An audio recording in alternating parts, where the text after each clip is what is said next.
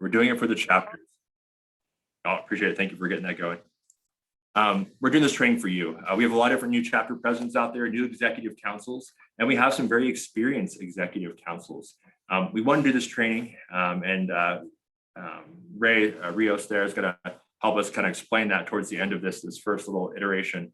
But we're going to break it up to really make sure that there's something for everybody, for new chapters who are just trying to figure out, what they're doing or how to submit their forms that are, staring right in front of them here in January and February, or the chapters who are very experienced and are looking to really help brainstorm, help us, work on things that we're trying to develop in Air Force Sergeants Association.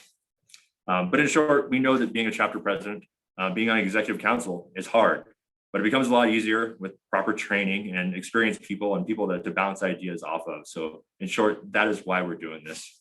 And we're going to do it in a few different ways. We're going to do it the good old fashioned way, focusing on the pillars, the things that got us here, the things that we know work, the things that are crucial to AFSA: fraternity, legislation, recruitment, and communication. So fraternity, obviously very important to us. It's something that we've been lacking the last few years. With our division pack coming up, it's going to try to help that. We know that certain things have made it a little bit more difficult, be it having to do Zoom calls or even like PowerPoint, things can make the fraternity situation a little bit harder to engage in. And we know with COVID that can be very frustrating. Legislation, it's bottom line, why we exist. It's why the Air Force Sergeants Association was created in 1961. That is why we're here. And the recruitment portion of that supports that. Communication is how we get after all these things. It's the thing that underpins the other three. So by focusing on those is how we're going to be successful through this training and how we're going to get after the mission that we are after. In short, we are here for you. I'm going to throw our information in here for all of our executive council members. We're going to have a lot of briefers. Essentially, our entire executive council is going to brief you on one thing or another this evening. So I'm going to throw all of their information inside the chat, and you are welcome to reach out to them. I'm also going to list their positions in here. And if you want to reach out to any of them following tonight's messages in the future, or if you have questions about their particular area of expertise, please reach out to them. You have regional directors, and your regional directors are the same as these members, but these people also have specialties. They have things they know very well within AFSA because they've been doing it, many of them, for decades, maybe the better part of a century. Sorry, guys. All right, that's in the chat there. So feel free to copy that down. I encourage you all to take notes throughout this whole thing. There's going to be a lot of really good information that you should be taking back to your chapters and sharing it. We'll be dropping links and information inside the chat as well. So please do watch that. And we'll also be bringing up some forms and things, some PowerPoint like documentation, so you guys can see that as well. The first thing I want to touch on is the division conference. The division conference is coming up April 3rd through 5th. Very important thing, maybe the most exciting thing that we get to do all year as a division. So we're doing it at the Orleans Hotel in Las Vegas, Nevada. And Jim and Bob, you're welcome to jump in and cut me off on anything here. But we're going to do awards, elections, training, professional development. But best of all, we're going to be forging new relationships. We're going to be working on old relationships. We're going to have crucial conversations that can contribute to our chapters and our mission and what we're trying to achieve. It should be a really good time. For those of you who've been to International PAC or a division PAC, it's where we kind of get refueled. It's where we get really excited about what we do and how we do it. If you haven't been to one, please go. We're really looking to see about 2 members from every chapter. From all of our 21 chapters, we want to see about 2 people from each or more. We have some chapters that have already identified, they might bring in 10 or so, but we want to see at least 2 for us to hit our numbers, but also to have representation there. You're going to be voting. You're going to be talking about and voting on how we're taking this division, as well as what things we're trying to push and engage on to push at international level. It's very important. If you haven't been to one, it's going to be very, very exciting, a good time. Your chapters can fund you going, your units can fund you going, and I would encourage you to reach out to them and ask for that. The time to do it is right now. We're only a few months out at this point, and we really need people to get on there and register and sign up. I'm going to go ahead and throw a link into the chat. This goes to our division website. This website is full of all other kinds of information, but one of the things it has is our division conference information. It's where you sign up. Bob, would you mind talking a little bit about when they register, when they need to pay, how that transaction is going to transpire? Sure, thank you. I found a little bit of a nuance here. People are starting to try to sign up online, which is great. It seems to be working, but we ran into a little problem here at Buckley today.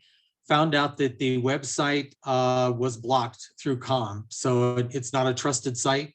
So if you try to do it from your .mil computer, you may find that you can't access the site. The other thing is, if you get that worked out and you still can do it from work, that's good. But when you register online, you need to pay online. So the little nuance to that is if you're going to use a government travel card, it's going to be charged immediately. And then you know that you don't usually file your voucher until you get back from the actual TDY. So if you're coming on funded orders and want to use your government travel card, just know that you're probably going to have to pay that bill within a month. And you won't probably do your DTS till you get back from the conference after the 5th of April.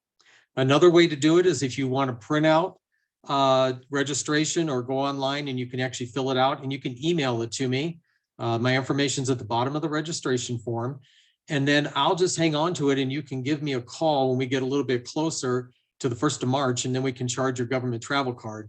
So it should be close to 30 days from the travel. And then when you come back and you file your voucher, then you'll be able to get reimbursed and have the money to be able to pay your government travel card. The thing that I really want to start doing now is I need to get some numbers on how many people will be able to attend because we will have to make a commitment on the 3rd of March if we're going to have enough people that can travel. And I know with Omicron, this is really kind of a touchy time frame. I know here at Buckley, I found out today that I believe we're going to health protection conditions C, Charlie. So I think a couple of the other bases are already looking at that. So I know it's a really tough call. I don't want to get people, commit to a lot of money, but you do need to make some reservations to get, some numbers so that we can plan ahead. And also registration at the hotel is separate. Now, the good thing about that is you can cancel that 48 hours prior and there's no obligation. So if you go ahead and call the hotel and make your room reservation, those reservations are significantly reduced. It's only $30 a night per room for the 3rd, 4th, and 5th. And then there's the taxes that we can't avoid, the taxes and the actual resort fee that they charge, but it's still going to be probably at least 50% discounted, even with all the taxes. So the hotel is really working close with us on that.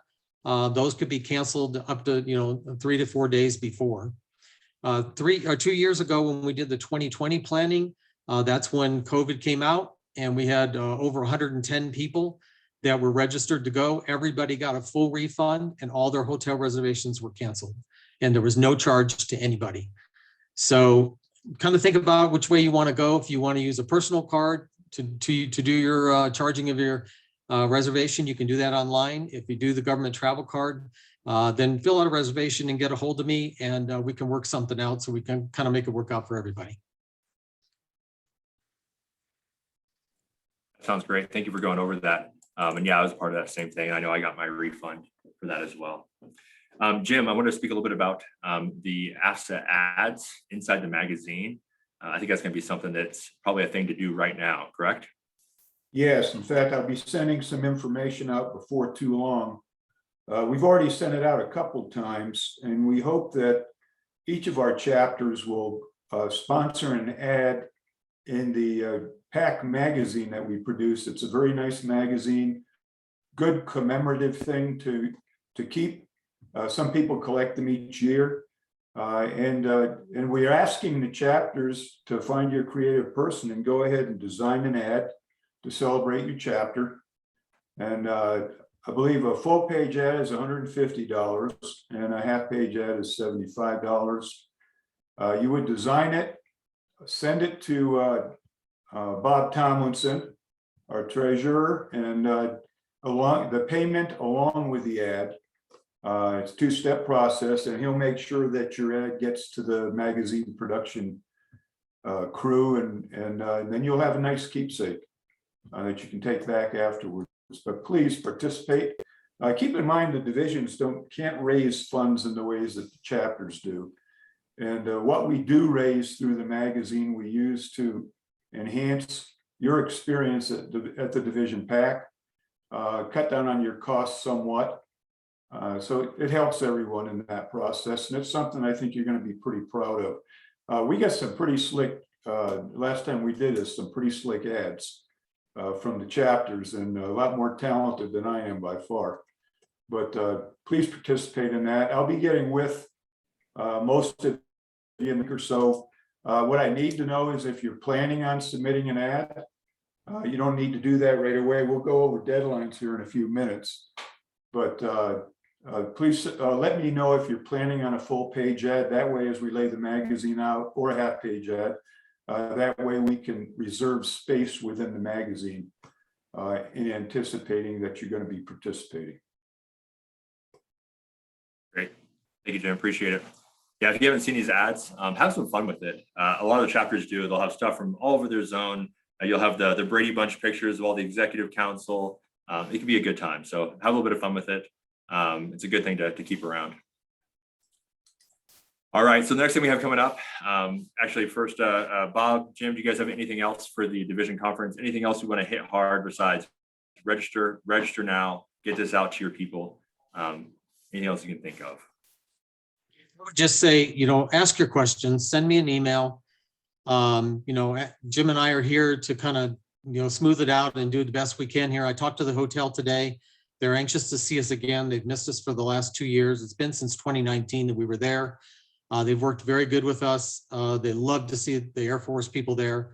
And they said they're one of our most favorite groups. And I've actually worked out a deal to have the Stardust Suite as our hospitality room. We've never had that room before. It's a really nice, huge suite at the top of the building.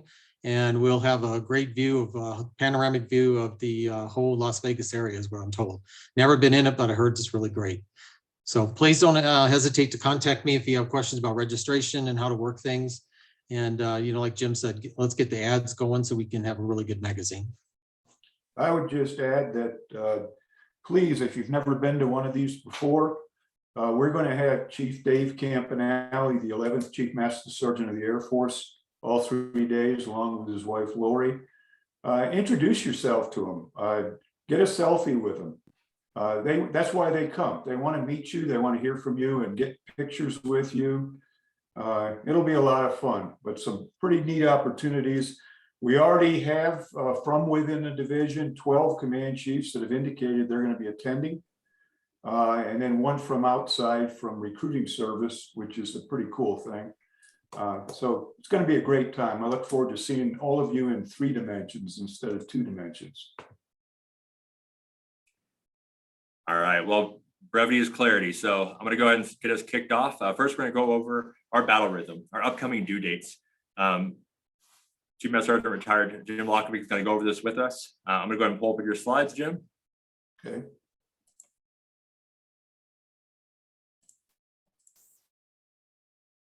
All right. All right, you've seen most of these already, and we're only 4 days away from an impending deadline. And these different reports, incidentally, that are not internal to the division, come about because we are a nonprofit association collectively, and our chapters are nonprofit entities in and of themselves. To meet IRS rules and so forth, there are certain things that we have to provide to our headquarters. And so the things like your activity mechanism, financial reports, an annual budget plan, that's a projection of what you anticipate to do during the year in terms of income and spending. Those are both due on the 10th. And you're also required to provide an updated directory of officers unless you have submitted one in the last 2 or 3 months following your election. If you've done that and you've gotten it through your up to the headquarters through your regional director, then you do not have to submit one. If you have any questions on that, get a hold of your regional director. The awards packages are due no later than 2 February. You must follow the guidance that's in 100-5, and you may hear more about that later. But that spells out the awards for which you can nominate your people in your chapter, the format that's required, and the other things that you need to do. Special note, take a look at that parenthetical email address that I have there. You do not send that to your regional director. That goes directly to our team that's managing the awards program, which is closely watched by Vice President Dodd. He makes sure it happens every year for us and does a great job. So that's where you will send your award packages. You are required to submit an annual audit looking back at calendar year 2021. And you will be hearing more about that in a few minutes. But that's another one of those requirements that I was speaking about. That will go to your regional director. On all of these, incidentally, earlier is better. If you get it in early, you have more time in case there's a mistake or something, or a question that we can get it answered and make sure that you get everything covered properly. Again, in most cases, work closely with your regional director and they'll steer you correctly. 18 February is the date that we were talking about for the chapters to send ads in order for them to be incorporated in the conference magazine. And again, the ads that you design and the payments for those, and you've already received the forms on that. And if, Bob, is that posted on the division website, the forms? Yes, I believe everything has been put out there. Michelle took care of that. Okay, great. And if you have any questions, again, get a hold of your regional director. A couple of things that are not report related, but you need to keep in mind and make sure your folks know about: early registration, which is $140, which covers your meals and the hospitality suite and so forth. It's $140 early registration. After March 1st, it goes up to $150, and then on site it would be $160. Bob explained to you already why it makes sense to do that now, get it out of the way early. That helps us figure out who's coming and also gets it off your plate. Finally, I just wanted to mention, as Bob said, you call the hotel directly for your reservations for the conference. And we have been told by the hotel, at least according to the contract, that 4th of March is when the specially negotiated rates will go away and then you pay normal full hotel rates. So don't procrastinate on that. You can do it now if you think you're going, and 48 hours before the event or more, you can call the hotel and cancel without any penalty at all. And that's all I want to cover right now. We've got a lot more to get to, but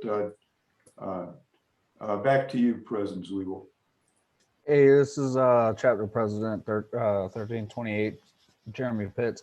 I just wanted to ask, what is the specially negotiated rates for those that plan to attend the division conference? Bob already told you. Do you want us to tell him, Bob? Yeah, the room rate is $30 a night. And then it will be added to that will be the mandatory resort fee and the taxes. And I think it comes out to about $60 total. Normally the room rate there on those nights is close to $100, but they're giving us a significant discount. So that would be almost 100 plus the resort fee, plus the taxes that and there's a lot of taxes in Las Vegas. So we got a really good deal. I couldn't believe when the contract came to us and it was so low. Yeah, that is So a good they're deal. I appreciate it. Really a good deal. Yeah. Just to go to Vegas and have those kind of room rates is fantastic.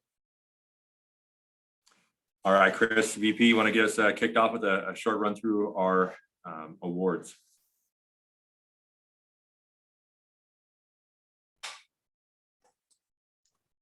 Absolutely. All right, good afternoon, everybody. Division Vice President Chris Dodd here. We'll go through some items that is very emphatic that we follow as far as the guidance for our awards. Reyes, do you have my PowerPoints and the letter? I do. Stand by one second. Thank you, sir. The letter first, please. Okay.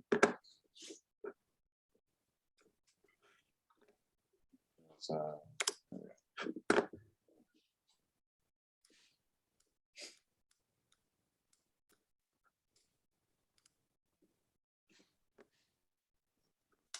right.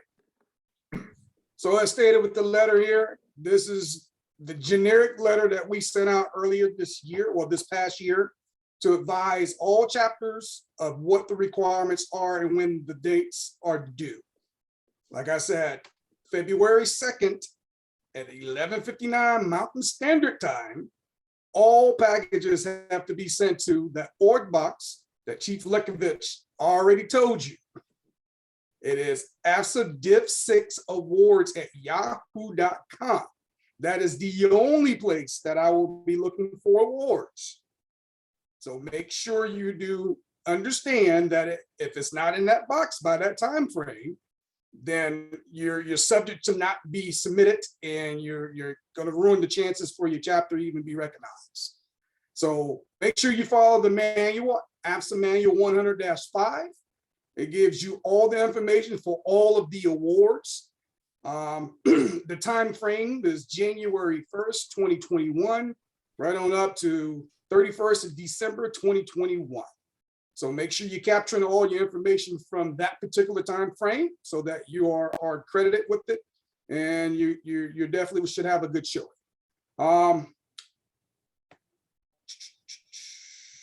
Scroll down, please, sir.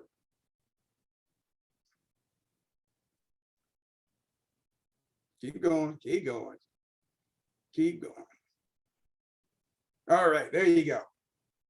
In the red right there, obviously it tells you again, make sure that you are following the guidance.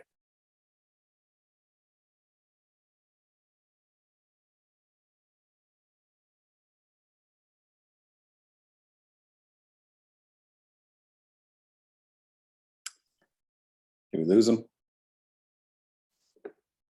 You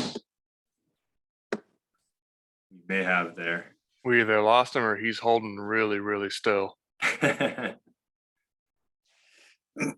All right, so we'll pick up where he left off. So just make sure that you're following the guidance very specifically for the award that you guys are putting in for. I'll make sure to upload this letter and the matrix below provided into the chat box as well. So these are all of the award categories. We won't go over them specifically right now, but you'll be able to reference this when you can pull the document from the chat box when I share it. I just got a message there from the VP. It looks like his computer restarted. Must have got that Microsoft restart mandate. Make sure that you are working with anybody who's a new president, new VP for your chapters. Make sure you're working hand in hand with the prior council. They're the ones that put in a lot of the blood, sweat, and tears. So make sure that they're working with you, because you're going to get the best product working together, knowing that they'll know the details and the ins and outs of the entire prior year. When in doubt, go to 100-5 in the AFSA manual on the HQ AFSA website. These are lengthy awards. If you haven't done these awards before, they are very large. It's a lot of bullets. It's a lot of work. Plan to do them earlier rather than later to make sure you meet those deadlines. Hey, All did right. Chris mention that it's got to be on the AFSA form 100? Did he get to that part? He did. You can, yeah, because we used to in the old days be able to take a 1206, but they won't let us do that anymore. Similar format, but not exactly the same form. Yep. And second most important thing, make sure you're sending it to this address, AFSA Division 6 awards at yahoo.com. That's where they'll all be accepted, reviewed, and processed. And I'll make sure to load that in the chat for reference. Thanks, Ray. Anything else? Yes, sir. Back to you, Z. Appreciate it. All right, so next we're going to go over elections, both a little bit for the chapters, but also what the elections look like for the division. These elections will be done at the division PAC. So if this is something you want to run for, or if you want to support somebody who is trying to run, you have to be there to be able to vote, to be part of that caucus. So I'm going to go ahead and share my screen. It's going to be for you, Chief Andrew there. Let me share. All right, I'm going to stop your screen, Ray. All right, real quick, while that's coming up, how you guys doing? My name's Andrew Duenas. For those that don't know me, I'm trustee number 4, and I'm also a chapter president of chapter 1365 here in San Diego. So I definitely know what training you guys are going through and still going through as chapter presidents and chapter vice presidents. So please use me as another source if you have any questions on anything with the chapter. I'll be help you as much as I can, and no worries at all. So you should have got my email, my personal email in the chat earlier. So again, yeah, please use me as another source for you guys. What's up on the screen now is something I just threw together for you guys for your chapter elections. It's just a quick down and dirty of what's in the AFSA manuals, mainly AFSA Manual 100-2, and also some things in our standing rules. And for those of you who don't know what a standing rule is, it's like a supplement to an AFI or Air Force manual. I don't know what they're called now, but so you know, there's the Air Force manual, and as you do it as at the wing level, or even down to the squadron level, you guys submit a supplement, and that's what a standing rule is for us. So as you look there, this is something you guys should have already gone through, you know, so the elected positions, hopefully those were the ones that were elected, or ones that, you know, wanted to be elected. And the other column is the ones that you could appoint as a chapter president. So if you could scroll down there, DP. So what I've highlighted there is some of the things that we in the division do differently than what the headquarters says to do. And these, of course, are approved by the headquarters. One of the things is our elections is held in October and December of each year. And the other caveat to that is when you are elected, if your elections are in October, your newly elected officials take over in October, and same for November and same for December. The reason why we did that is because at the beginning of the year, there's so much to do with the chapter, with the year-end reports, beginning of year reports, and then also the, you know, awards packages that got to get out. So we're trying to give you, the chapter president, you know, a little bit of help in that area, kind of give you some time to get your feet wet into what the chapter is going to do, and then also into just the normal administration of it. So that's one thing to note. And then the other thing to note is those elected positions can serve 1 to 2 years. And that's something you as a chapter need to decide. And then also, you guys need to create a standing rule for your chapter to say that, you know, the vice president is 1 year, the president is 2 year, vice versa, or they're both 2 years. That's something your general membership needs to decide, and you guys will vote on, and then you guys will make that a standing rule. The other thing I like to note is, you know, everything, like I said, is highlighted in yellow is something different that our division does than the headquarters. And this document, you know, hopefully you guys have a continuity folder, something you could put there, or even on your shared drive as a reference for, you know, this coming year, this coming October through December when you guys hold elections. So I'm good with that. DP could take that down. Sergeant Satchel has her hand raised. Okay, Sergeant Satchel, go ahead. It was regarding the awards. I'm sorry. Okay, no worries. Go Go ahead and ask. It said something about pictures. I don't know if that's going to be in the link that is going to be sent to us, or in the chat, excuse me. Is it a full body shot or a head shot for the pictures?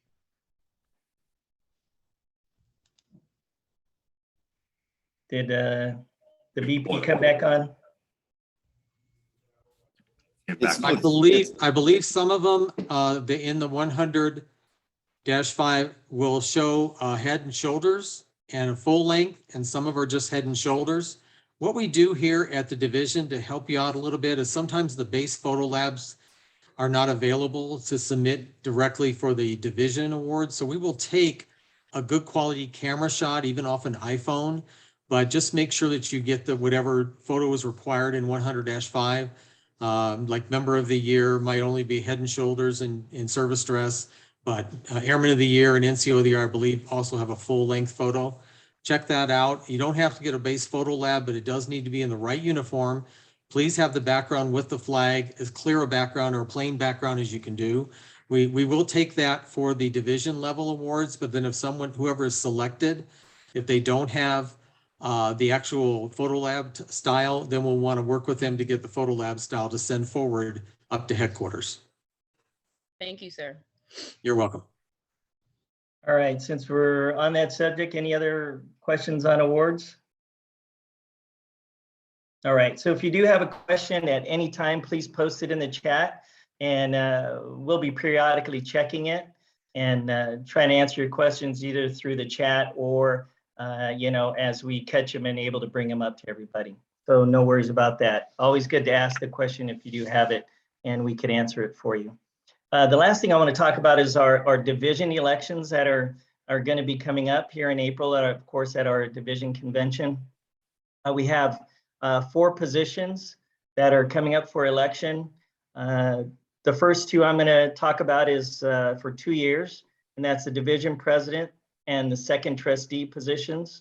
The next 2 are going to be for for a 1-year term, I should say, and that's vice president and the trustee number 3 position. So any of you out there that's a member of AFSA can submit their nomination package for these. Just because an incumbent may be running, that does not mean that you don't have a chance at it. A lot of times the incumbent is running just to make sure someone gets elected in that position, but hoping someone else would get elected. So yeah, do not worry, and if you want to aspire and take a position at the division level, please submit your nomination package. And the pretty much the same procedures that they are for the chapter they are for the division level. I'll be sending out an email just to remind everybody if they do have people that they like to nominate, that there is a certain procedure for that. And even though it's spelled out in the AFSA manuals, I'll do a quick down and dirty so you guys don't have to shuffle through all that. All right, and that's all I got, DP. Great, appreciate it. So next, I want to talk about standing rules. And honestly, some of the things we've been covering in the last 2 little segments here kind of go into standing rules and what kind of things you might want in your standing rules for your chapter. Chief Lakovic, would you like to go over that? I'll pull up your slides. Sure. First thing before the slide comes up is you need to be, as chapter leaders, you need to be familiar with, go ahead and put the slide on, please, sir. You need to be familiar with AFSA Manual 100-1, which is our bylaws, that's our Bible. And then we promulgated as an association 100-2, which is policies and procedures, which steps off of and expands on what's allowed in our bylaws. And then what we have done as a division is we've looked at those programs and said, those manuals and said, what do we need to adjust to make our chapters be more effective within our division? So we've made some adjustments. And those are our division standing rules. You can go to the AFSA Division 6 website and look at the standing rules. And basically, as Chief Dwayne has said, you need to get together with your chapter, decide if you want to actually establish something for your chapter in the area of standing rules, get your chapter members to approve it, and then run it up through your regional directors to make sure that everything is good on that and that there's no conflict. And of course, we'll coordinate with the division board of directors as a whole and make sure that we're good there. Some examples of that. Are we functioning on the slide yet?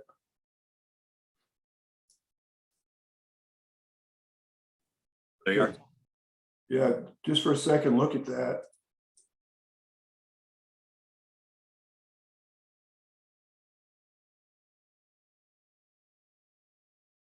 Okay, the next slide. These are just some examples of why you might want to have standing rules. Our division calls for, we follow the pattern that's established in the main governing documents, in that we elect our president for a 2-year term, starting in even numbered years. Sometimes if there's a change in the middle of that 2-year period, there has to be a special election. Those are the 1-year elections that Chief Dwayne has mentioned for vice president and trustee number 3. But even numbered years, the president runs and the even numbered trustee runs for a 2-year term. If you want to have terms other than that, like a single year, then you ought to go ahead and establish a standing rule. That way, when you're gone, that rule will be on the books, and you're giving a good standard of operations to the folks that will follow you, making sure that your chapter is as effective as possible. Some of our chapters do the 2-year election cycle.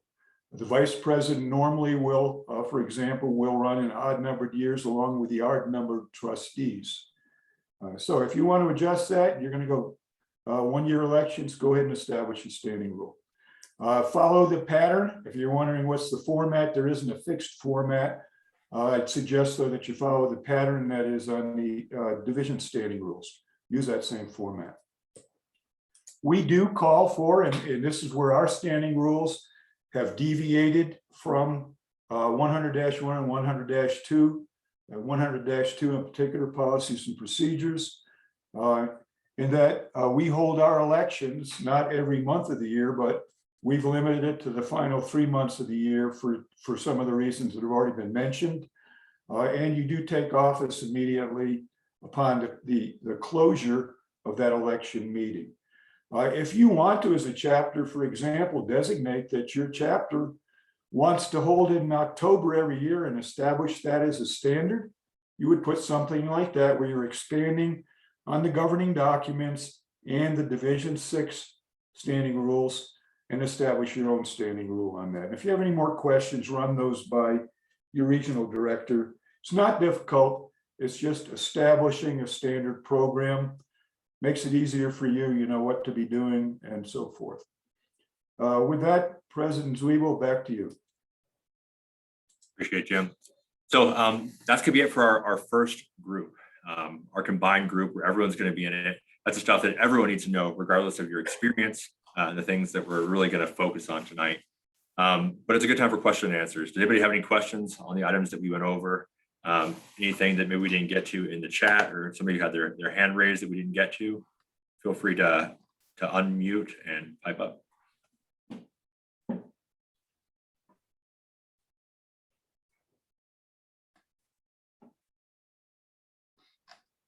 So we got most of the stuff in the chat answered. All right, without further ado, Ray, do you want to go over the breakout sessions, how that's going to work, and what the rest of our time here is going to look like? Yes, sir. All right, so we hit a foundational perspective to all chapters initially. So here we're going to provide you with 2 breakout rooms where you'll be able to choose what is going to be best targeted towards you, whether you're holding a specific council position, or if you're familiar with what we're going to be doing training on, select something that you would like to be a little more smart on. So group 1 will be how to complete an activity, Americanism, and financial report. That's the AAF. Also, how to conduct an annual audit, and how to create an annual budget, and how to run a general membership meeting. Group 2 will focus on talking papers submission, chapters website creation, recruiting crosstalk, legislative crosstalk, and base leadership engagement. Does anybody have any questions about the actual groups? Nope. All right, deal. All right, so how you're going to go about it, in the bottom of your screen, you'll see 4 squares that almost look like a Windows icon. You'll click that and it'll show the breakout rooms that are available. You'll go to the right of that group and it'll say join. So once you click join, press Z, you still sharing your screen. So you'll click join and then you'll be in that group. So we'll give everyone just maybe 60 seconds to get in your groups. When is that icon going to appear? Does anyone not see it? I don't see it. I'm on my phone, not my computer. Yeah, I don't see it either. Yeah. All right, let's see. All right, Thank can you. you go ahead and open up the groups? See? Yeah, let me reclaim host and then I'll do it. I can click the button. Roger that. Okay, just real quick, at least I know in an iPhone, in the upper left corner of your screen, there should be an icon that says join with a couple of squares in it. And so you could click on that and then you'll be able to choose between group 1 and group 2. Now the Androids, I don't know, but I'm assuming it'll still be the same. I see it now. They just put it up. Okay, awesome. Perfect. It just came up. So I'm going to stick behind just an extra 30 seconds in case anybody doesn't get into a group, and I'll be able to manually put you in.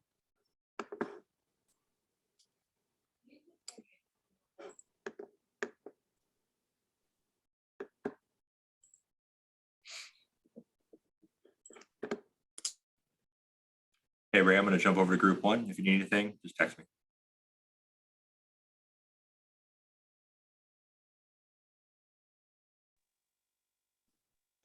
Hi, my name's Mariah. I'm trying to get into group 2. I can't see it. Okay. Are you on a phone or are you on a computer? Phone.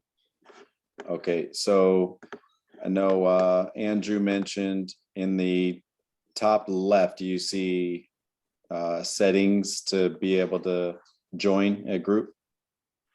Yep, just popped up. Thank you. Beautiful.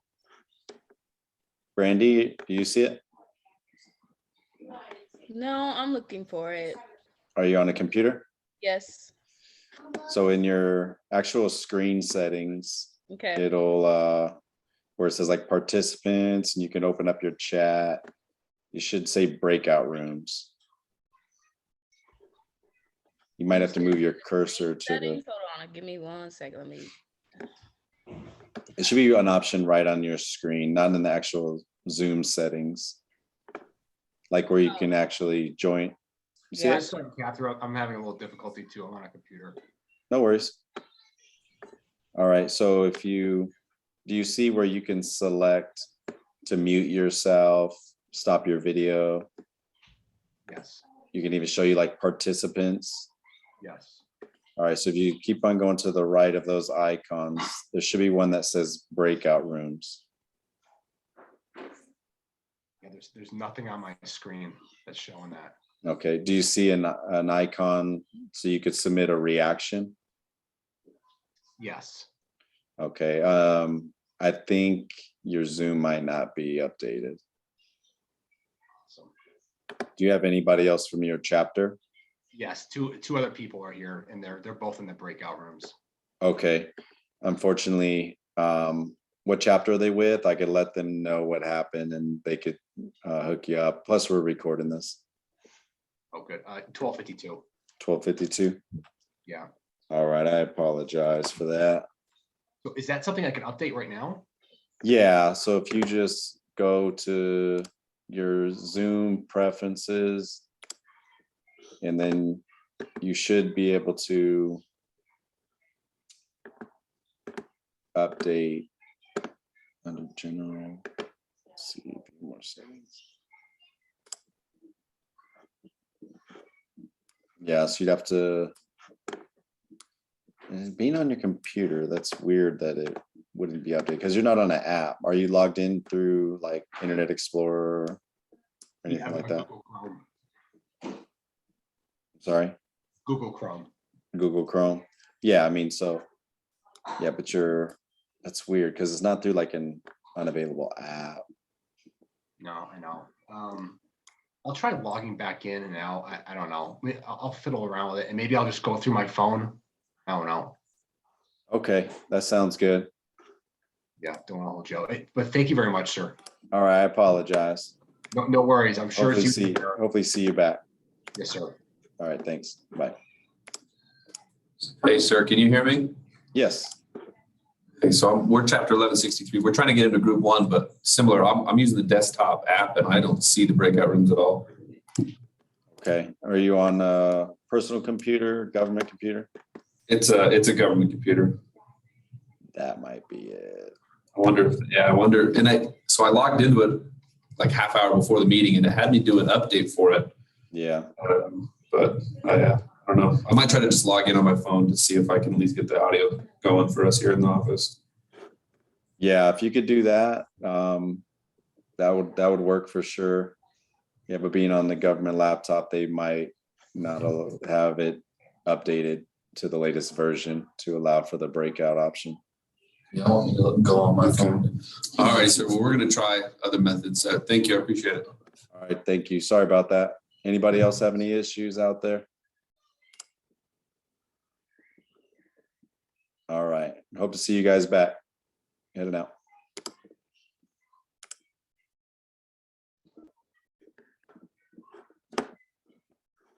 All right. Did you guys already get started? Yes, sir. Yes, sir, we did. All right. Since you're back now, sir, can you pull up my talking paper documents, please? I was trying to go off my cuffs. Maybe my computer won't crash again. All right. Can you guys hear me now? Yes. All right, sweet. All right. Did you guys get started, or I'm sorry, there's quite a few people I had to help out. Yes, we got started. I was kind of going over with the talking papers, but if you could pull up my document for that, please. Yep, absolutely. Which one was it? Talking paper. Okay.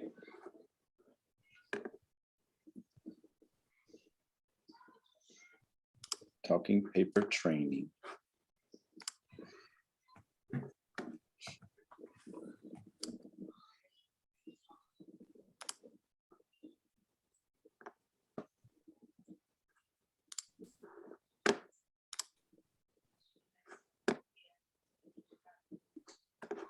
All right, you guys see that?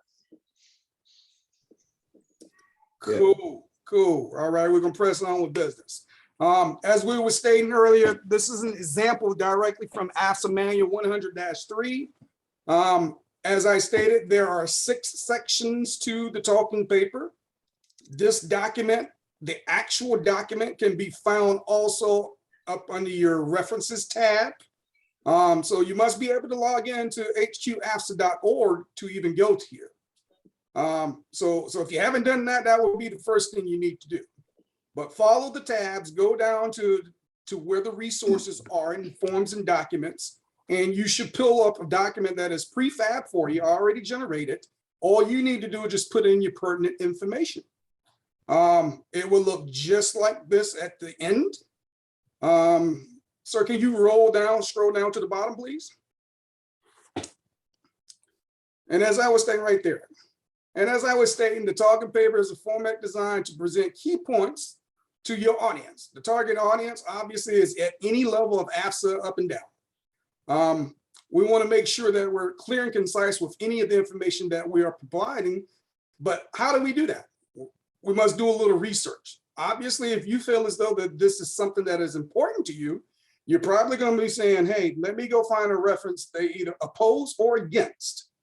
With this pre-formatted talking paper Word document, like I said, it's on the website, the 6 sections as listed, sections 4 through 6, highly crucial, and will provide the most support for the requested change. So be concise, as we say again and again, because it's the worst that if you submit a talking paper for a change and you just say, I don't know, I just want the change. Okay, well, why do you want it to change? What do you want the change to be? So ask yourself those questions, and that's why we want to ensure that we route this stuff through your chapter. Have it at a general election meeting so that it can be discussed upon from the council, from all of the members there that are present. Like any briefing, the material, like I said, has to be tailored towards that particular audience. So make sure you know who you're talking to as far as for your receiving audience. If further resolutions of any of the documents are requested by AFSA International, that will be something that your division president will coordinate and work through. We're just not going to go and submit from the grassroots chapter level right up to the division and saying, hey, well, here you go, Chief Carey, I got something for you. Look at this change. So it's just like any other organization, make sure you're using chain of command. So overall, simple process, but it's one of those that we need to understand to inform or to make changes. The reference again for this particular one is on AFSA Manual 100-3, page 12, and is the exact one that is attached to the top of the page. So are there any questions?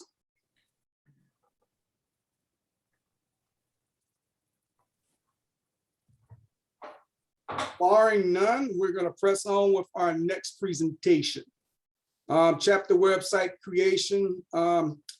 Trustee Chabot, she's not available to be here tonight, and so, but we do have an intent that we will make sure that her information is presented. Yeah, VP. Yeah, I was going to speak just a little bit about it. Okay, go ahead, sir. Okay. Yeah. How you guys doing? Trustee number 4, Andrew Duenas again. The only reason why I'm able to speak about it is I do have a chapter website. It's not published yet, but I'm in the process of doing it.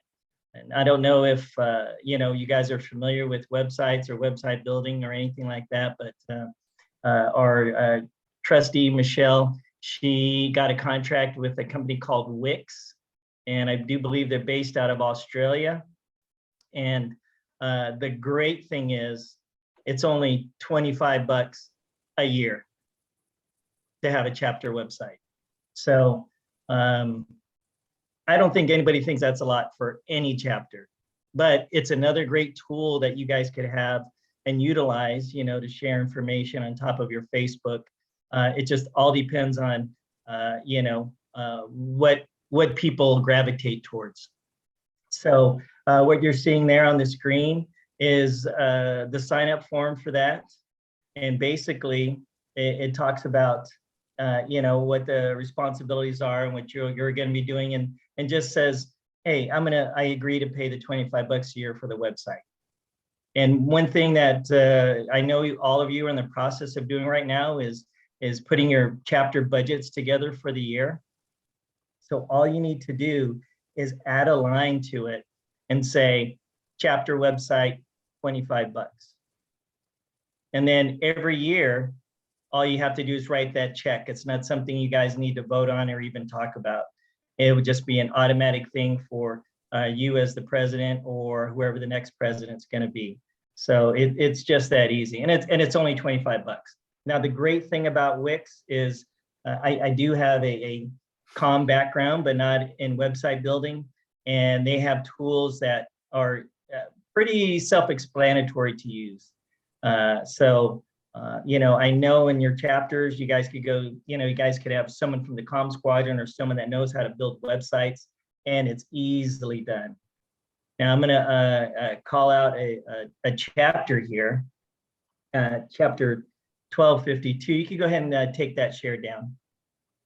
Chapter 1252, I saw you're on. I don't know if you're able to come on. Alyssa Charnell, I believe her name is, but if you go to our division webpage and go to chapter websites, they're the only ones that have one published. And it's awesome. And they used Wix, and I was hoping to get a few words from her to see what she thought of the tools on there and what her background is, just so we know that it's not as intimidating as you might think. So, oh, there you go. Hi. Sorry, didn't mean, I chatted, seeing it was okay to call you out, and you didn't respond, so I thought I'd do it anyway. Oh, I did. No worries. Just my takeaway from that website, it's super easy to use. Like if you have no experience in building a website, which I didn't, it was super user friendly. And like a lot of it, if you don't know how to use it, you can just search, and they have like how-to guides. So it was super easy to do. So awesome. Thank you very much. And yeah, when I signed up for the website, Michelle said, "Hey, look what's already there." And I go, "Wow." I did, because it was very well done and very well laid out. Yeah, I was actually just going to copy what you did. But so there you guys go. It's only $25. You pay it to our treasurer for the division, Bob Tomlinson. He takes Zelle. I don't know if he does Venmo or anything else, if you guys don't have a chapter checkbook. But and I don't want to offer Alyssa's services up, but you could look her up and just say, "Hey, can you get me started here?" But I found the same thing that she did. I found the tools to be very easy to use, and their tutorials or how-to guides were great as well. So I think it's an unheard of deal for $25 a year to have a chapter website. So I encourage you to go on our division website and look at our chapter websites, and you'll see all the work that Alyssa has done. And you'll be impressed as I did. All right. Thank you so much. I'm totally open to any questions. So you guys can email me, or I believe there's like a link to our web email on the webpage. So you can reach me there too. Yeah. If you don't mind, Alyssa, can you go ahead and put your contact information in the chat as well, please? Will do. Thanks. Okay. Thanks again for letting me put you on the spot. No problem. I was hoping you'd have like curlers in your hair or something. I did just get home from work, so this is the slick down top. No, awesome. Awesome. Thank you. Okay, that's all I got, VP. Or is there anything you want to add, Alyssa? Was that it? No, sir. Okay, great. Are there any questions about the website and the price and how cheap I think it is? I think I stumped that enough. No, but one quick comment on it for sure is Okay. If you're taking over your chapter and you don't have a website, that's the one way, you just right there to forward advance your chapter for sure. And there also is I believe a communications award. Is that right, VP? That is correct. Yeah. So what a great add to all the other things you guys are doing communications wise. So yeah, some to think about as well. All right, that's all I got. Chief, one last question. I was monitoring the chat box and it did ask, can you spell out the company we will go through for the website? Actually, you'll go through, Michelle, that form that was put up. That'll get posted. Is that going to get posted in the chat there? I'm gonna put it in there right now. Okay. So you just fill that out. It's very easy. Send it to your RD if you don't know Michelle's email address, but that got posted earlier as well. And she'll process it. She'll get with you, and she'll actually do some one-on-one training with whoever your webmaster is going to be. So, and it really is easy. She'll get you up and going in no time. And that document has been loaded to the chat. Awesome. Any other questions there? I'm still reading. I don't see anything else as of yet. Okay. We will do one last reattack. Are there any other questions that would like to be presented at this particular time? All right. Well, I got to pop over to group one now. So please post them in the chat, and the VP will definitely, try to answer your questions. If not, we'll absolutely get back with you and answer your questions on that. Awesome. Thanks, Andrew. Awesome. Thank you, Andrew. All right. So moving right along, we're going to hit up recruiting crosstalk. Zach, are you online? I'm here. All right, sir. You're on the spot. Oh boy, I hope I don't suck. All right. Hello, Division 6. All right, so I'm Zach Traversy, trustee number 3. Just want to kind of give some tips on what I've found to be successful for pulling in new members. First thing that I got a couple documents I'm going to share in the chat here. First thing is, why do we need members, right? and this is probably one of the most important documents that I'll share. And that's because together we're strong, right? Apes together strong, if there's any Planet of the Apes fans out there. But the biggest way that you can be successful is get plugged into your FTAC, to your ALS, make friends with the First Sergeant Council. Oh man, the First Sergeant Council is key to one, pushing out information, and two, getting plugged into other resources that you didn't even know were available. So when you're recruiting, I recruit a lot out of FTAC, and I pull most of our members from FTAC. And what they really like is, a lot of them are motivated by two things: BTZ and education. So kind of my secret weapon for FTAC that I would use is, I had one of the airmen that I supervised. One of the things that I did, I was like, hey, you're going to be an AFSA member with me, and you're going to be heavily involved in the chapter. And then lo and behold, he was a recipient of BTZ. So I would take him with me to the FTAC and be like, hey, we can give you, our chapter can give you leadership opportunities that could potentially lead to you becoming a below the zone senior airman. But don't just take it from me. Here's, Senior Airman Humphrey, who just put on, and then he would give his spiel about, what he did within the chapter and how that helped him to get BTZ. And then the other thing is education. So learn what AFSA has done to protect our education benefits as active duty members, right? So pushing back when, what was it, 2012-ish, sometime in there, when we had the great sequestration and they suspended TA benefits, and then they came back, and then AFSA pushed back on those to get our TA benefits back, right? That's always huge. That's always a big win that they like to hear about that. Get smart on the member, exclusive member benefits portion of hqafsa.org. Know the three universities that we're partnered with, right, that offer tuition discounts. So we're partnered with Columbia Southern, Trident, and Waldorf, and they all offer tuition discounts. So that $4,700 that AFSA protects year after year for our service members can stretch a little bit farther as an AFSA member. And then also let them know that we have the Airman Memorial Foundation Scholarship, right? So that's extra money for education that the organization is giving them.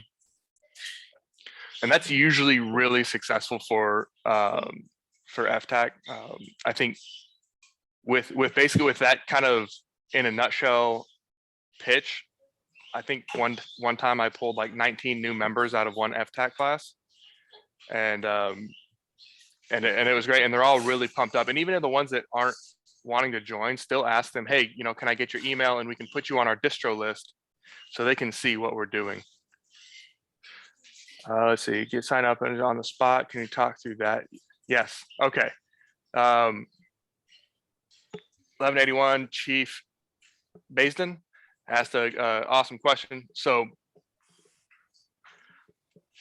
I'm not a huge fan of the website because here's what happens.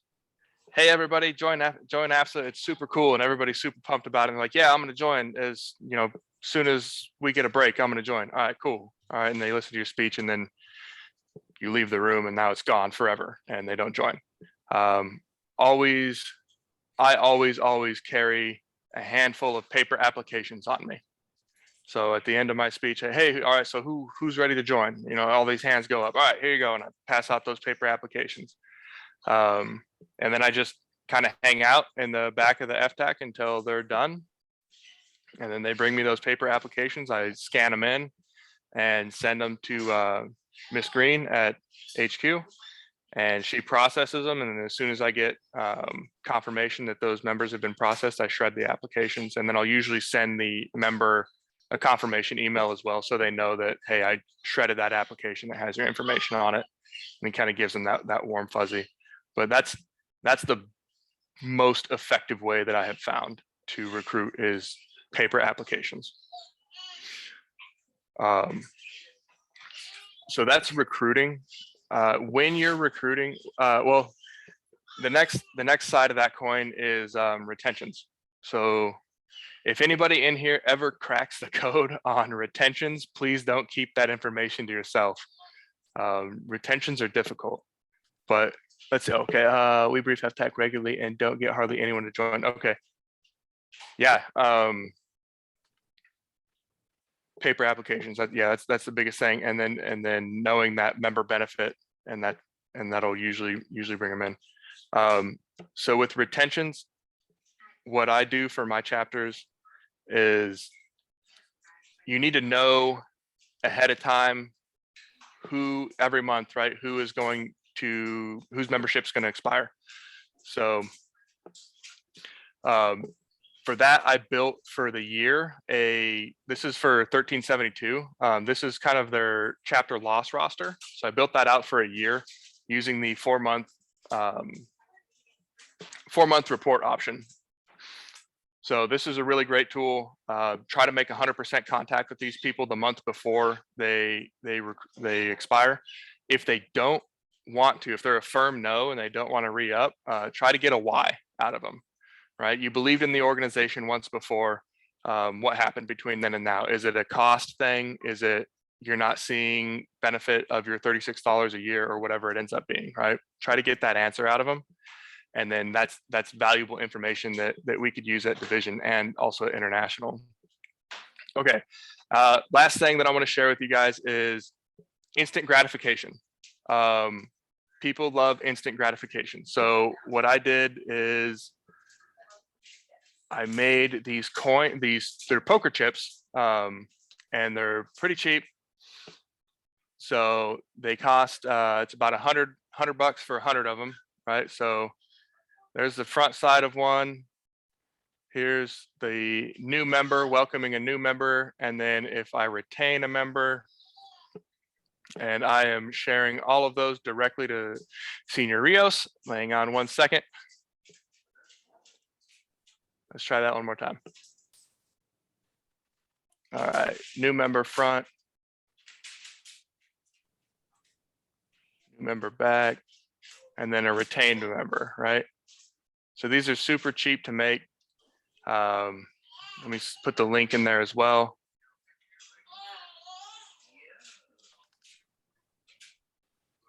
Come on, computer's being difficult.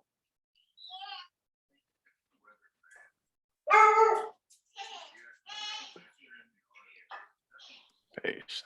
All right. We can see those two if they're not loading. Yeah. All right. So there's the link that I use. It's chiplab.com. The more you order, the cheaper the cost will be, but it's about $100 for 100 of each. And those are great. So, hey, whoever signs up right now, I have, a unique 2022 poker chip saying, from our chapter straight to you, thank you for joining the fight.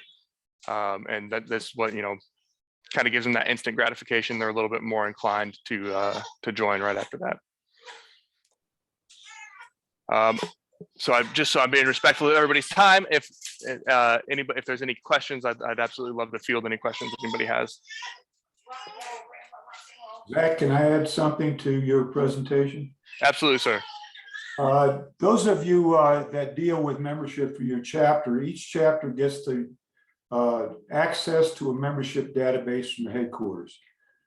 President, vice president, and then you designate someone else, as you'll remember, on your directory of officers who will have access to the membership database. One report that comes out that's very, very useful for retention is the 4-month roster. Investigate that. That tells you who's coming up within 4 months. Their membership's going to run out. You can target them specifically rather than waiting for people to come up to you and say, hey, I need to re-enlist or re-up. So that's a good tool to use for retentions, and some of our chapters have had success with that as well. Thanks. Thanks, Chief. And then I had one more thing that I wanted to ask too. All of your recruiting and retention efforts should go plug those into your AAF. And something similar to this is just something really quick that I threw together. it doesn't have to be exactly like this, but you can use it as a guide. And that way we can show, you know, up the chain, hey, we're making a lot of effort with our recruiting and retaining. Cool. One other key point that I would like to also add to that. Here at 1260, we do a lot of what we call recruiting parties. And that is just to scrub those rosters, that 4-month roster. And we go in sometimes and we grab a beer, grab some pizza, and we sit there, we have a pre-canned statement that we'll write out, critique, validate, make sure it's up to par. And we'll use that to pass out to those individuals that have lapsed in membership. That way you don't have someone going to roll right to something different, and it's all universal and it's standard across the board. It helps you look very professional, but it also gets the message across to that particular individuals without having to do anything other than just hitting send. Like we said, we recruited them once before, so therefore it should be one of those questions, well, what would it take for you to come back to us? So we're just trying to induce that provoking thought towards them. Definitely scrub your 4-month rosters, as Chief Lockovich has already said. And it tells you directly that 4-month roster will have those individuals. If you also look at your chapter rosters, there is at the very bottom, or I should say, yeah, it's at the very bottom, inactive members. There is a section in there that tells you who are inactive all the way across your entire chapter.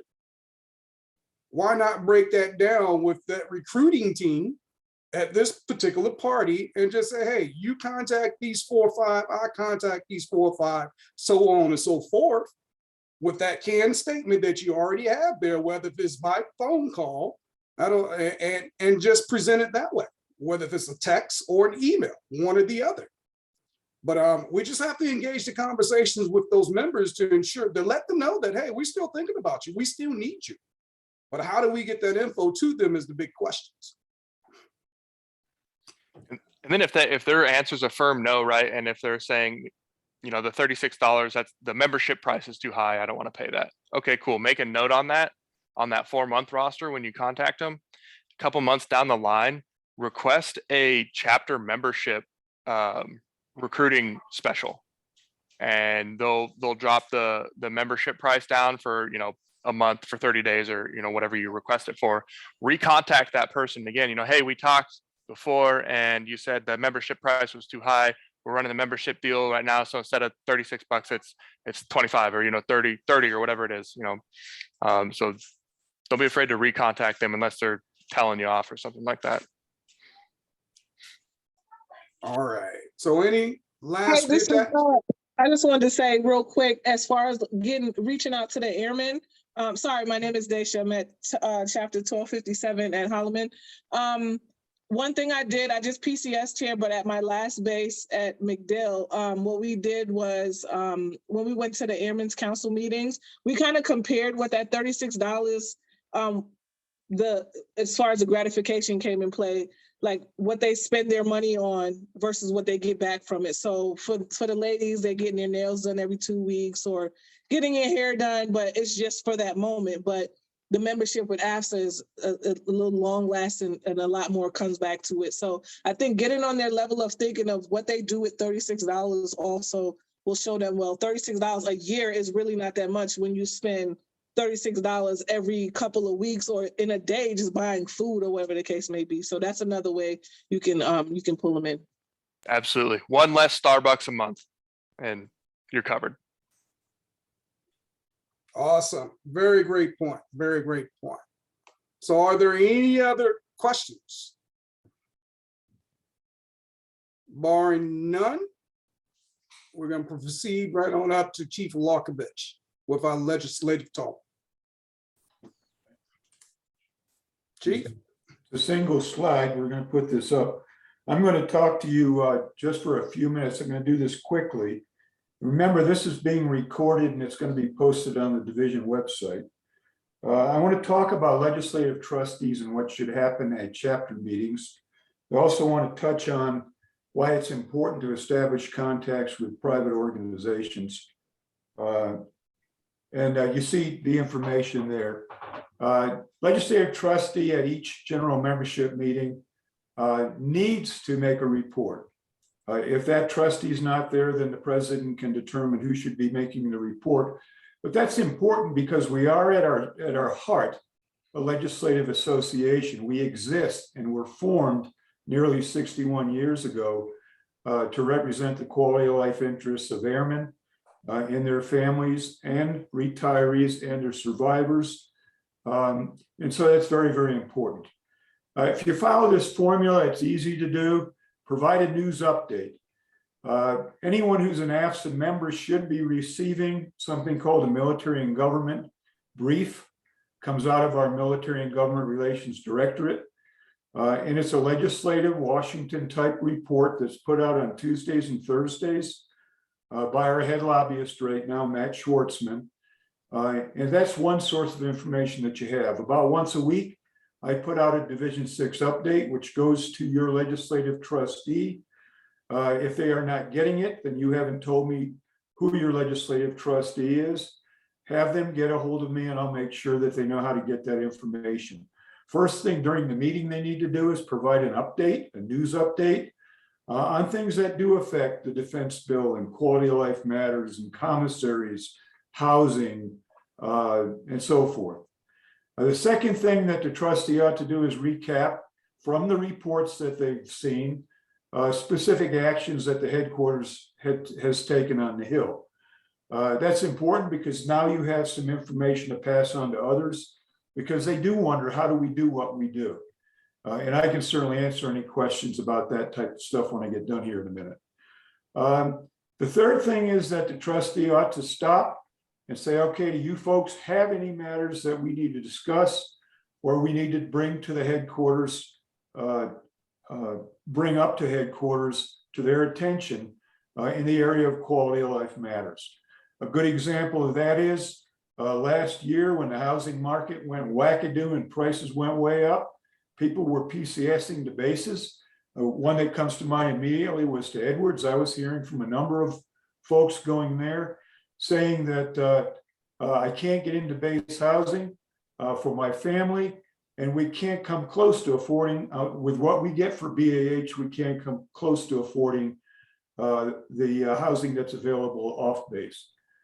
We immediately started working at our headquarters because our members at the field level pointed it out to us. We got a hold of Chief Bass, our headquarters did, said, hey, the folks are all talking about this. We went to Congress on that. And it wasn't long after that that the Secretary of Defense announced an increase in BAH levels for 56 different market areas around the Air Force, around our military forces. So solicit input from your attendees, make them part of our legislative effort. And then one big thing that we try to do is encourage our members to communicate with their elected officials.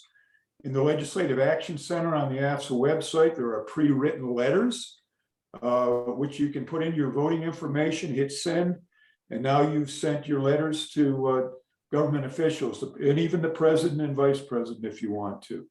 If you need any help with any of that, please get a hold of me. Very easy to get a hold of, and I'll step you through the process if you need help with that at all. Second thing that needs to happen, besides reporting at the general membership meetings, is your legislative trustee, or at least your chapter on behalf or through your legislative trustee, is establish contacts with the private organizations. Now, we function as a private organization on a base, but we're not. We're actually a federally chartered international organization recognized by the Secretary of Defense as something called a National Military Association, which allows things like your units to fund you to professional development events that are put on by AFSA. But it's important that you establish contacts with private organizations and ask them, what input are you getting and what things are you discussing during your meetings? I assume that the first sergeants are discussing quality of life matters during the first sergeant council meetings. I would hope that the top 3 groups are doing the same thing, talking issues and not just having a beer and chatting. Same thing with the other private orgs on base. If there's an Airmen's Council or an ACE organization, get a hold of them as well. Find out what's on the minds of airmen and keep our association focused on what's important to you. Remember, our lobbyists and our team can't lobby if they're active duty, so they're not active duty. You are our eyes and ears. Your chapter is one of 125 outposts around the world that lets us know what we need to be working on. Another way that you do that, obviously, is the legislative platform survey that's going on right now. Please participate in that. The third thing, establish regular contact with me. I'm your division legislative trustee. A good number of your legislative trustees have already reached out to me. Contact me a few hours or a day before your meeting. Ask me what's going on new lately, and they bring that information into your chapter meetings as well. Once a year, excuse me, typically in October, a week is designated as a legislative awareness week. Excuse me for a second. And that's going to be in October, where you can have activities to educate your community on the important things that AFSA does on Capitol Hill and the instrumental role that they play in the quality of your lives. Please participate in that and educate your members and educate those in your where you work, on your bases, in your communities, so that they know what we do. And as a side note, that will help to convince people that they need to be members. And then finally, if there are any local or state campaigns, that's unusual, but if you want to get involved in that, get a hold of me and I'll step you through all of that. Sorry for this. With that, I'm done, Vice President Dodd, unless someone has a question. Outstanding. Are there any other questions?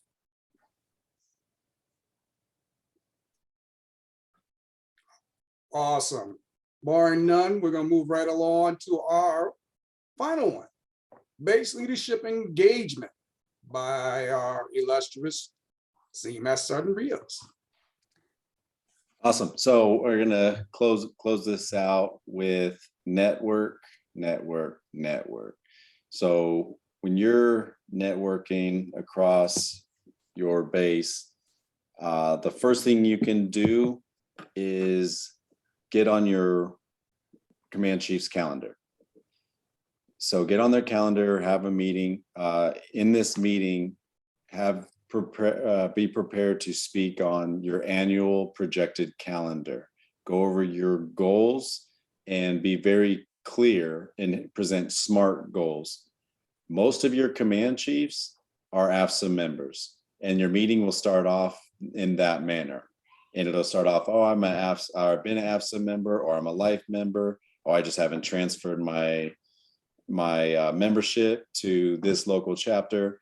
And you do it right there with them and for him.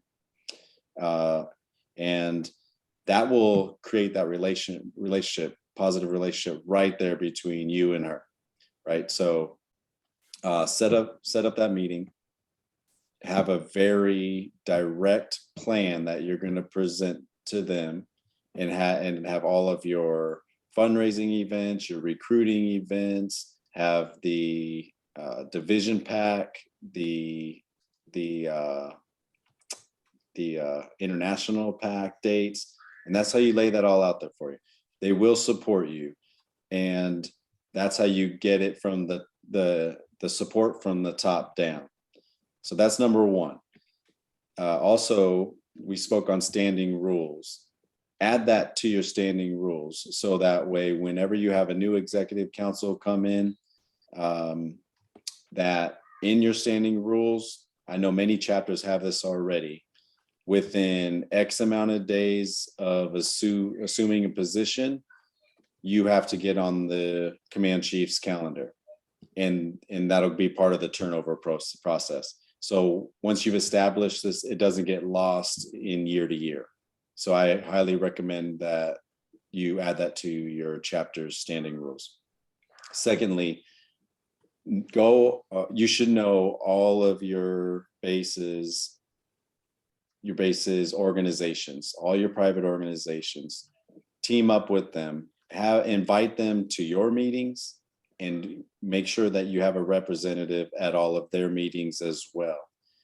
So you could speak to exactly what Chief Lakovic just went over. Talk about those wins, talk about the battles, talk about what we are doing as an AFSA chapter, what are you doing locally, and invite them to be a part of the events that you're doing, not only from a recruiting perspective, but from a team aspect.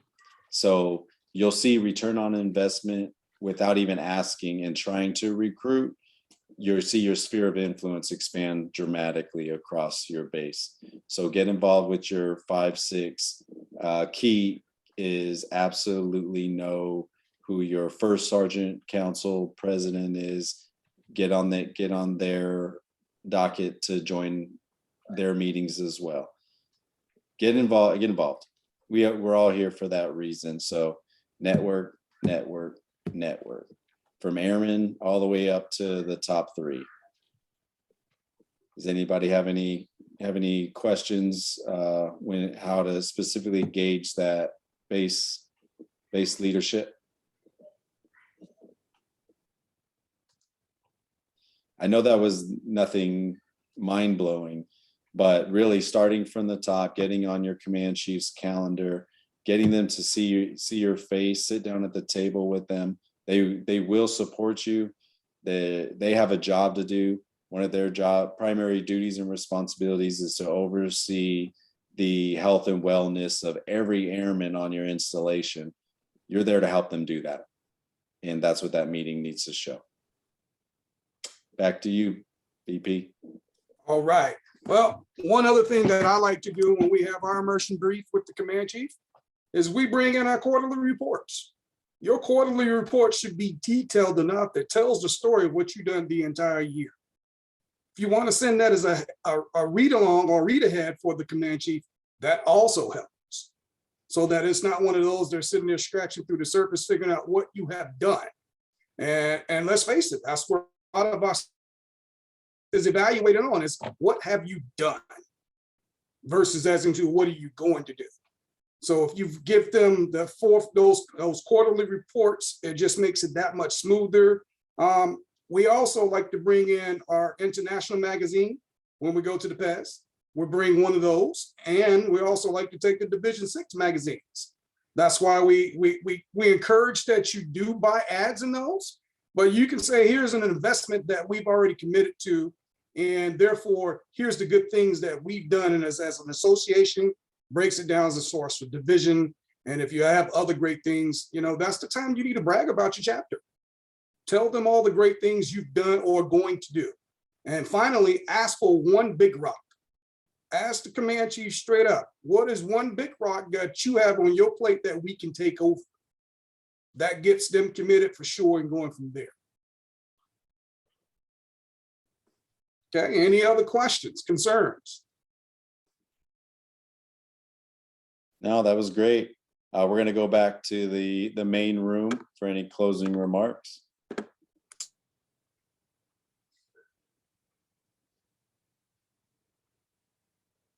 Will be automatically pulled in a few seconds.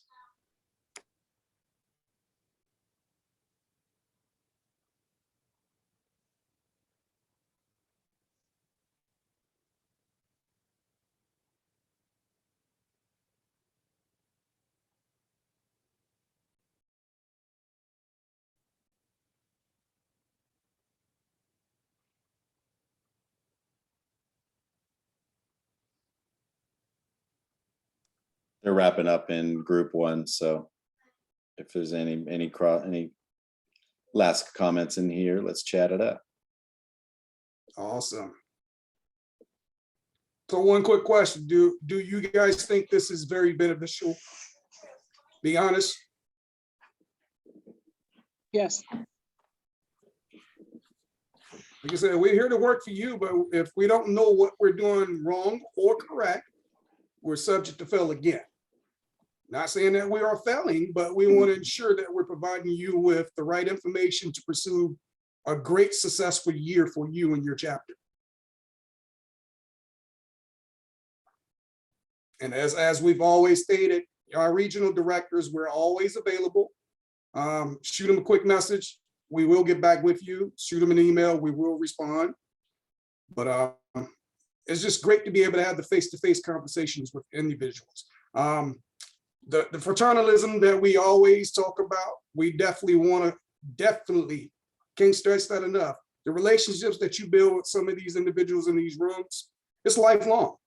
And it's imperative that you foster it and make it grow. So grab a hold of someone, regardless if they're from a different chapter, heck, even from another division, gravitate to them, ask those questions. How are you doing such things? And that's what we mean when we say crosstalk.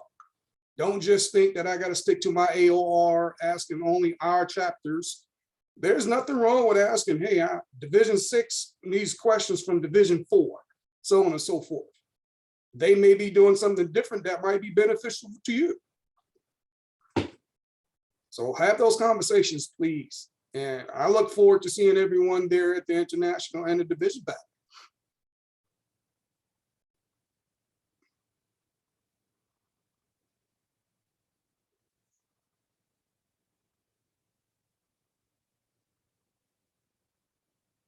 They still talking in the other room?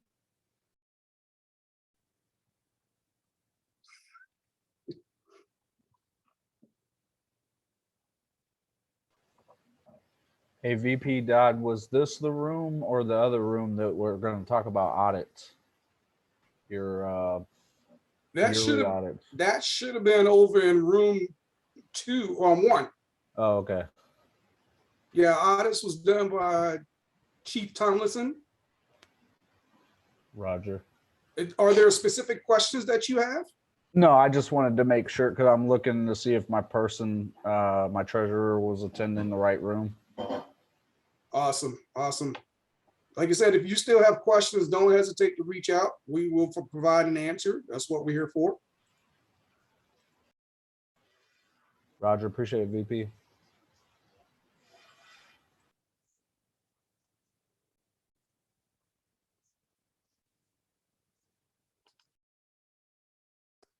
All right, so you can see the countdown. Everybody can head back by hitting leave break room. I'll just stay back in case anybody has any issues.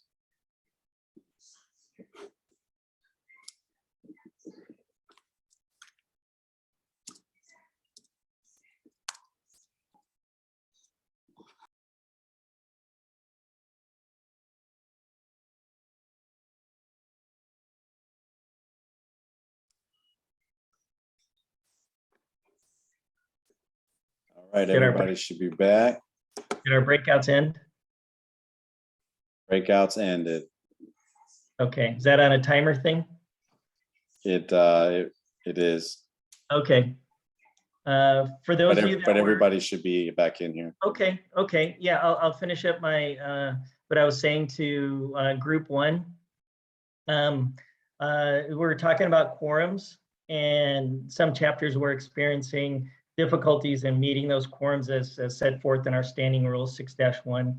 And they absolutely, which I commend you for reading the AFSA manuals and finding a way to continue AFSA business if they didn't meet the quorum and they used the suspension. But yes, if any of you guys are having problems meeting the quorum per our standing rule, then please up-channel that to your regional director, and we'll address that as a division if we need to, redo our standing rule or figure out ways, of how to help you guys continue to do AFSA business. So great question, and just up for channel it up, like I said, through your RD. But the big thing that I always tell people, always tell chapter presidents, please document that in your minutes. That way, if something should happen or, we address this months down the road, it's in your minutes and it's fresh and you can refer to that instead of doing it off of memory. So that's, minutes are always a good way to CYA anyway. So anything unusual, please document that. Thank you, Chief. Okay. All right, we'll wrap it up now. Thank you guys all for being on this call. It was a little over an hour and a half in time. It was pretty long. Hopefully that's breaking it up, made it a little bit more palatable, and you got stuff that was really useful to you. The information for our POCs and our briefers, our trustees is in the chat. Please reach out to them. If you have questions, they're your POCs. We work for you, right? We are your resource. If you need things from us, reach out. We're happy to call to answer any questions. You're not alone. We know being a chapter president is hard. Sometimes people don't reply. Sometimes people don't want to engage. Sometimes you have a hard time getting into places. Give us a call. We've all been in that shoe. We've all been chapter presidents. We have some perspective and we'd be happy to give you our knowledge, our experience, and our time. So again, I won't make this any longer. Thank you all for your time. And we will see you guys at the PAC in April, where we'll have some more training, a little more intermediate, a little more in the weeds, and we look forward to that. Awesome. Thank you guys.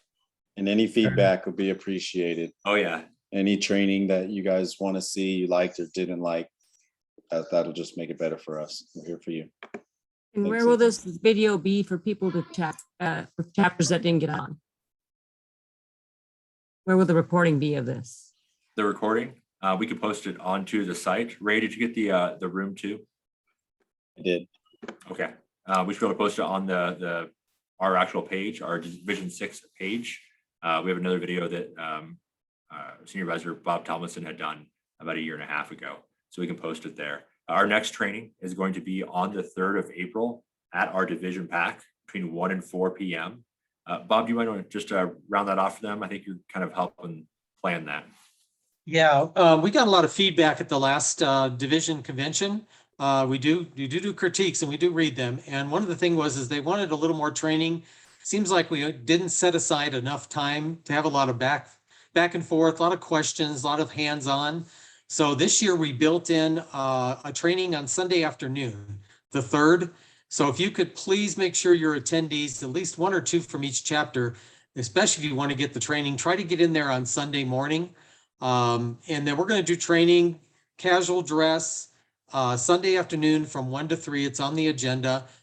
Just very casual environment, a lot of crosstalk, examples, answer whatever questions we can.